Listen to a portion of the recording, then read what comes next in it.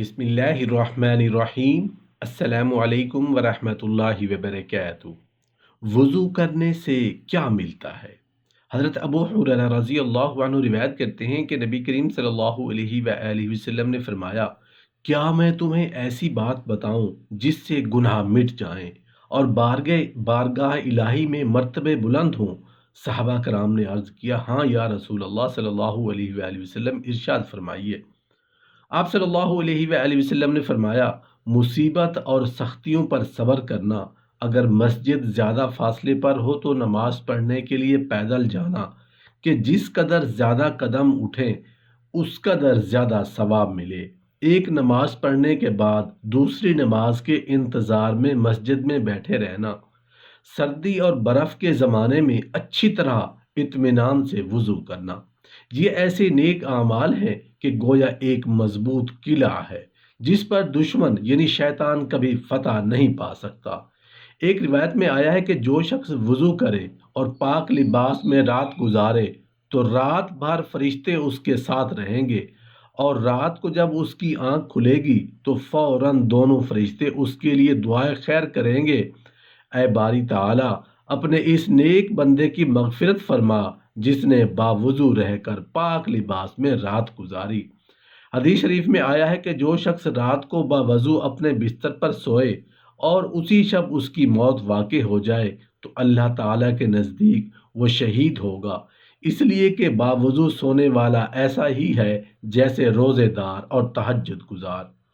اللہ تعالیٰ نے اپنے برگزیدہ پیغمبر حضرت موسیٰ علیہ السلام سے ارشاد فرمایا، اے موسیٰ، میرا محبوب رسول صلی اللہ علیہ وآلہ وسلم اور اس کی امت کے لوگ اس طور سے وضو کیا کریں گے جس طرح انہیں حکم دوں گا، پھر ان کو اس پانی کے ہر ایک قطرے کے بدلے میں جو وضو کرتے وقت ٹپکے گا ایک جڑاؤ محل بہشت میں عطا کروں گا جس کی لمبائی چوڑائی زمین و آسمان کے برابر ہوگی۔ حضرت ابو ہریرہ رضی اللہ عنہ سے روایت ہے کہ نبی کریم صلی اللہ علیہ وآلہ وسلم نے ایک بار نماز فجر کے وقت حضرت بلال رضی اللہ عنہ سے فرمایا، اے بلال، اسلام لانے کے بعد تم نے کون سا ایسا عمل کیا ہے جس کی وجہ سے معراج کی رات میں جب بہشت کی طرف میرا گزر ہوا تو میں نے وہاں تمہارے جوتوں کی آواز سنی؟ حضرت بلال رضی اللہ عنہ نے عرض کیا، یا رسول اللہ صلی اللہ علیہ وآلہ وسلم، اسلام کی حالت میں اپنے نزدیک سب سے پسندیدہ اور افضل نیک عمل میں نے یہ کیا کہ دن رات میں جس وقت وضو تازہ کرتا ہوں تو فوراً اپنے پروردگار کے لیے اپنے مقدور کے موافق کچھ نفل تحیۃ الوضو پڑھ لیتا ہوں۔ دوسری حدیث میں آیا ہے کہ حضرت بلال رضی اللہ عنہ نے عرض کیا، جب میرا وضو ٹوٹ جاتا ہے تو میں اسی وقت تازہ وضو کر لیتا ہوں، اور جب وضو کرتا ہوں تو اس کے ساتھ 2 رکعت نفل تحیۃ الوضو پڑھتا ہوں۔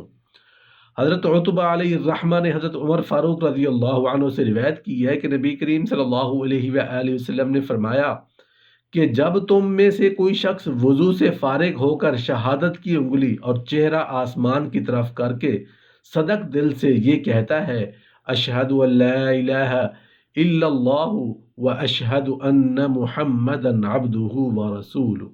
تو اس کے لیے بہشت کے 8 دروازے کھل جاتے ہیں، جس دروازے سے چاہے داخل ہو جائے۔ حدیث شریف میں ہے کہ بندہ نمازی جب وضو سے فارغ ہو کر شہادت کی انگلی اور چہرہ آسمان کی طرف کر کے خلوص دل سے کہتا ہے، سبحانک اللہم و بحمدک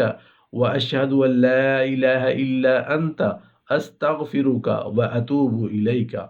تو اللہ تعالیٰ کا فرشتہ اس دعا کا ثواب لکھ کر اس پر مہر لگا دیتا ہے، پھر وہ تحریر تہہ کر کے عرش الہی کے نیچے رکھ دی جاتی ہے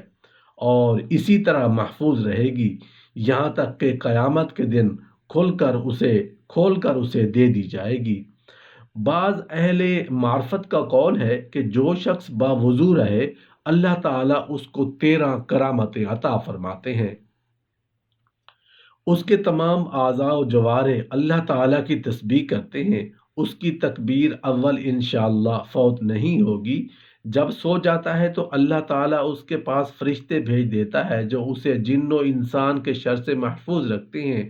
نبی کریم صلی اللہ علیہ وآلہ وسلم کی سنت کا پابند رہے گا، اللہ تعالیٰ اس کی فقر و حاجت کا دور کر دے گا۔ تمام فرشتے اور حاملان عرش اس کے لیے دعائے مغفرت کرتے ہیں۔ مرتے وقت اسے غیب سے آواز آ جاتی ہے، اے میرے بندے کوئی خوف و غم نہ کر کیونکہ میں تجھ سے راضی ہوں۔ موت کی سختی اس پر آسان ہو جاتی ہے، کرامن کاتبین کا قلم اس کا ثواب لکھتے لکھتے ہر وقت تر رہتا ہے۔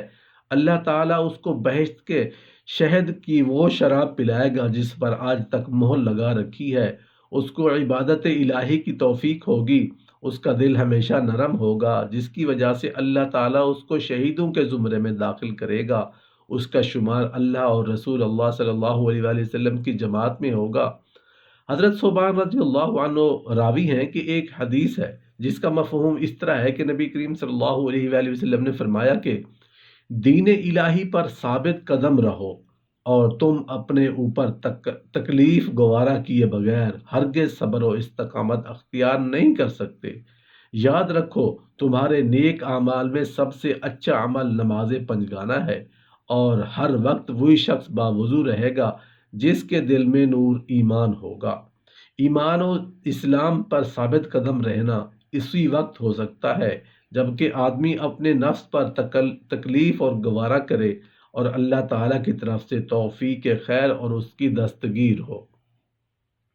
حضرت ابو ہریرہ رضی اللہ عنہ بیان کرتے ہیں کہ ایک بار ہم نبی کریم صلی اللہ علیہ وآلہ وسلم کی خدمت میں حاضر تھے۔ اتنے میں ایک اعرابی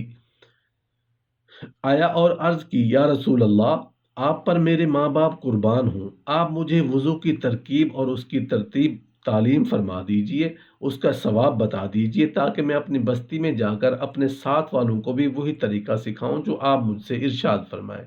نبی کریم صلی اللہ علیہ وآلہ وسلم نے فرمایا، اے اعرابی، جس وقت نمازی پانی کا برتن لے کر 3 بار دھوتا ہے، پہلی مرتبہ میں اللہ تعالیٰ اس کی 100 نیکیاں عطا فرماتا ہے، دوسری مرتبہ اس کی 100 برائیاں دور کر دیتا ہے، تیسری مرتبہ اس کے لیے بہشت میں 100 درجے بلند فرما دیتا ہے۔ پھر جب کلی کرتا ہے تو اس کے منہ سے تمام غیبت اور جھوٹ کی بدبو جو دن بھر کی باتوں سے پیدا ہوتی ہے خارج ہو جاتی ہے، اور اس کا ذہن اللہ کے نزدیک مشک سے بھی زیادہ خوشبودار ہو جاتا ہے۔ پھر جب ناک میں پانی ڈالتا ہے تو اس کے ناک کی ہر قسم کی غیبت اور حرام کی بو نکل جاتی ہے، اور ہر بار ناک میں پانی ڈالنے کے عوض اللہ تعالیٰ اس کو بہشت میں ایک محل عطا کرتا ہے۔ پھر جب 3 بار منہ دھوتا ہے تو اللہ تعالیٰ اس کو پہلی مرتبہ میں ایک نور عطا فرماتا ہے جس کی روشنی میں وہ تمام مخلوق کے سامنے قیامت کے دن چلے گا، اور دوسری مرتبہ اس کے اہل و عیال کا اسے شفیع قرار دیتا ہے، اور تیسری مرتبہ میں اللہ تعالیٰ اس کو دوزخ کے درمیان ایک خندق بنا دیتا ہے جس کی لمبائی چوڑائی آسمان سے 3 گنا ہوتی ہے۔ جب دایاں ہاتھ دھوتا ہے تو اس کے بدلے میں اللہ تعالیٰ قیامت کے دن اس کے اعمال نامہ اس کے دائیں ہاتھ میں دے گا اور اس کی دعا قبول کرے گا، اور جب بایاں ہاتھ دھوتا ہے تو اللہ تعالیٰ اس کے جسم کو دوزخ پر حرام کر دیتا ہے، اور جب سر کا مسح کرتا ہے تو اللہ تعالیٰ اس کو ہر ایک بال کے عوض میں جس کو پانی کی تری پہنچی ہے جنت میں ایک محل عطا کرتا ہے۔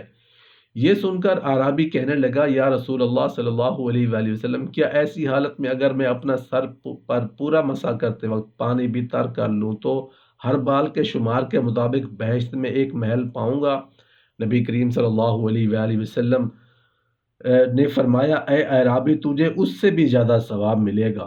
اور جب گردن کا مسح کرتا ہے تو اللہ تعالیٰ اس کو دوزخ کی آگ اور طوق و زنجیر کے عذاب سے نجات دے کر 20 غلاموں کو آزاد کرنے کا ثواب مرحمت فرماتا ہے، اور جب دایاں پاؤں دھوتا ہے تو اللہ تعالیٰ اس کو ایک نور بخشتا ہے جس کی روشنی میں وہ قیامت کے دن پل صراط سے بجلی کی طرح گزر جائے گا۔ جب بایاں پاؤں دھوتا ہے تو اللہ تعالیٰ اس پر قیامت کا حساب آسان کر دیتا ہے اور اس کی خطاؤں سے درگزر فرماتا ہے، اور جب وضو سے فراغت کر کے یہ دعا پڑھتا ہے، سبحانک اللہم وبحمدک لا الہ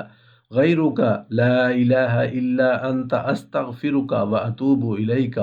اس دعا کے ہر ایک حرف کے بدلے میں اس کو اللہ تعالیٰ 10 نیکیاں عطا فرماتا ہے، اور اس سے 10 بدیاں دور کرتا ہے، اور اس کے لیے بہشت میں 10 درجے بلند فرماتا ہے۔